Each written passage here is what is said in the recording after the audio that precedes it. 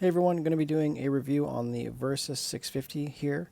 I've had this bike for over a year and put on about 3,000 kilometers. I go through bikes relatively quick, but I thought I'd give you my impression. You know, if you found this video, chances are you're looking for more information on this particular bike.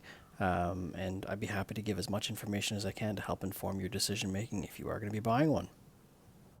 I find folks looking at the Versys, myself included, was looking for a Swiss Army knife bike that kind of did everything okay. So whether that be doing some touring to adventure riding, some off-road riding, or making it a daily commuter as well. I find that this bike kind of does it all. Does it do it all great? Not really, but I'll chat about that in detail here as we go through. So first up, I just want to talk about, we're doing walk rounds with the bike right now.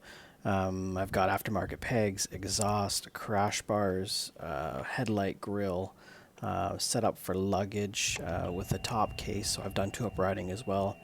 And then soft bag mounts on the side, hand guards, fitted aftermarket lights, a gear indicator.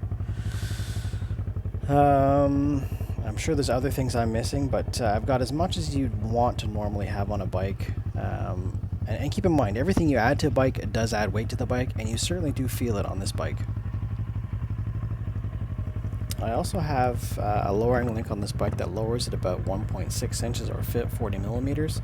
And I'm about 5'6", inseams I'm somewhere between 28 and 29 inches, so I'm a fairly short person, but with modifications I can touch comfortably on both sides. It's not a flat foot, but certainly I can touch, as you can see there. The riding triangle for this bike is relatively comfortable. You're very upright. The bars are swept up and back to the rider. The pegs are fairly neutral, so you're able to stand up and navigate terrain that's less favorable, or even hoon around if you want to as well. You don't get fatigue on this bike. I find that it's pretty generous in terms of ability to ride distance. In terms of the engine, it's pulled from the Ninja 650R, which I've also owned that as well. Fantastic parallel twin. It's got a lot of torque down low, which carries almost all the way to redline.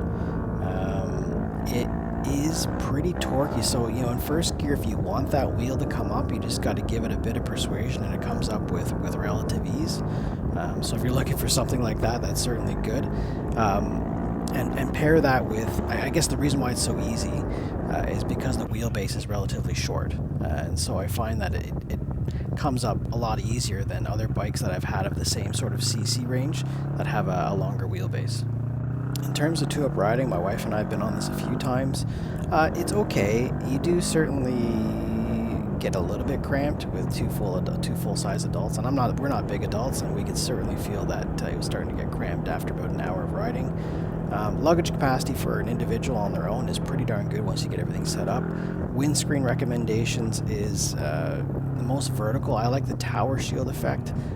It provided me the least amount of buffeting on my helmet. If you're a tall person, consider getting an aftermarket taller windscreen. In terms of vibrations while riding, I don't feel too much in terms of vibrations. You get some feedback in the pegs, some feedback in the bars. At highway speeds of about 120 kilometers an hour, it's pretty smooth. Anywhere between 80 and 120 I find smooth. Once you get up into the rev range of about 5, 6, 7, 8,000, certainly the vibrations start to roll through, but it's nothing that's not manageable. It's just not really something you want to sustain, I guess.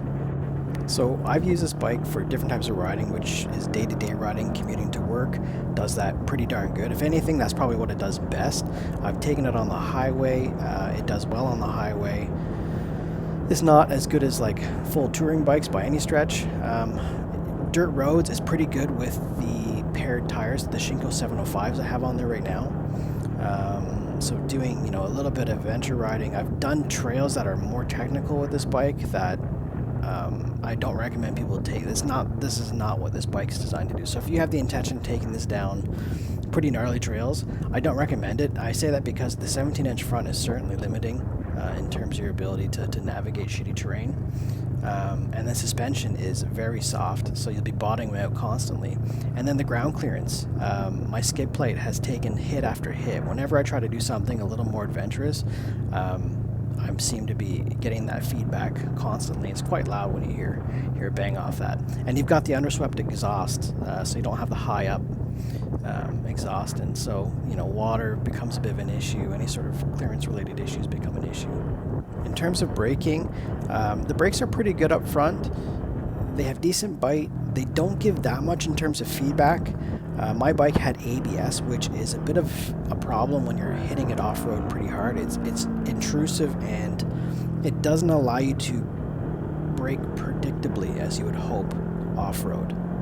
If you're considering this bike for your first bike, you're certainly going to enjoy it. It is a lot of fun. It's manageable power, and you won't get bored of it. Now, if you're coming from 1000cc, like I've had 1000cc bikes in the past, this is certainly not in the realm of that sort of power. This is, it's fun up to about 100 kilometers an hour, and then after that, it starts to slow down and chug. And I mean that in the sense of your acceleration takes a hit. So what you expect to be moving along at a good pace, you're not going to get that anything above 120 kilometers an hour. It'll climb to almost 200 kilometers an hour, don't get me wrong, but it's not going to get you there like a 1000cc bike or even a 600 Super Sport. It's just not going to do it. It's a different type of motor altogether. But that being said, it's still pretty hooligan in first gear and second gear. If you want that front wheel to come up, or if you want to really get a good launch, this bike can do it. It's pretty fun. No question about it on that end. This particular bike has been outfitted with the Dominator exhaust, and so you can hear it revving up in the video here. But I have to say, it's pretty darn loud, even with the baffle in. If you don't want to piss off your neighbors, I don't know if getting an aftermarket exhaust is wise. That being said, this bike is known to be pretty vanilla in terms of how it sounds stock. Like the parallel twin in this it has a reputation for sounding boring, I guess I'd put it that way. So having an aftermarket exhaust certainly does wake it up and makes it sound a bit more, I guess, aggressive or gnarly, however you want to put it. I simply just wouldn't recommend putting an aftermarket exhaust on this bike if your intention is to do touring, because you're going to have that extra decibel range, and it seems to drone on the highway. That's the downside to this bike, or sorry, to that exhaust on this bike, is there's a drone effect on the highway, which gets pretty annoying over time. So if that's your intentions, certainly leave the stock exhaust on it. So trying to determine if this bike would fit what you're looking for, I guess I'll first talk about the off-road piece to this. Like I've griped a bit about it. It's fun off-road, don't get me wrong. If you don't have a dirt bike or an actual dual sport and you want to dabble your feet in the dual sport or adventure world, the Versys is fine to try that out. It is certainly going to be one of the least appropriate or even capable bikes of going off-road, so just keep that in mind. But if you're looking for a bike to do, some weekend gravel roads or fire roads and then commute to work on Monday, Monday to Friday, this bike can do it. It can do it all relatively well. If you're going to be doing a weekend adventure and you want to pack a bunch of luggage onto it, this bike will do it as well. So what I'm getting at here is that this bike can do everything okay, and some can, for commuting it does great, but it doesn't do everything amazing. And so my point being to all this is, if you can only have one motorcycle, this is certainly a good option. It has, a fun engine. It's incredibly reliable. It's easy to do maintenance. Maintenance is cheap.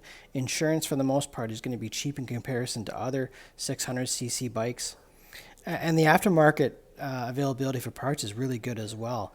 You can kind of customize this to look however you really want it to. And I guess a final thought is, and I've already said this, is if you're a short rider, a new rider, don't be intimidated by this bike. Certainly do not be intimidated by this bike at all. It is very approachable. It's very predictable in how it operates. I didn't want to take your time by spouting off specifications, because I'm sure you already know most of that. If not, you could easily Google it.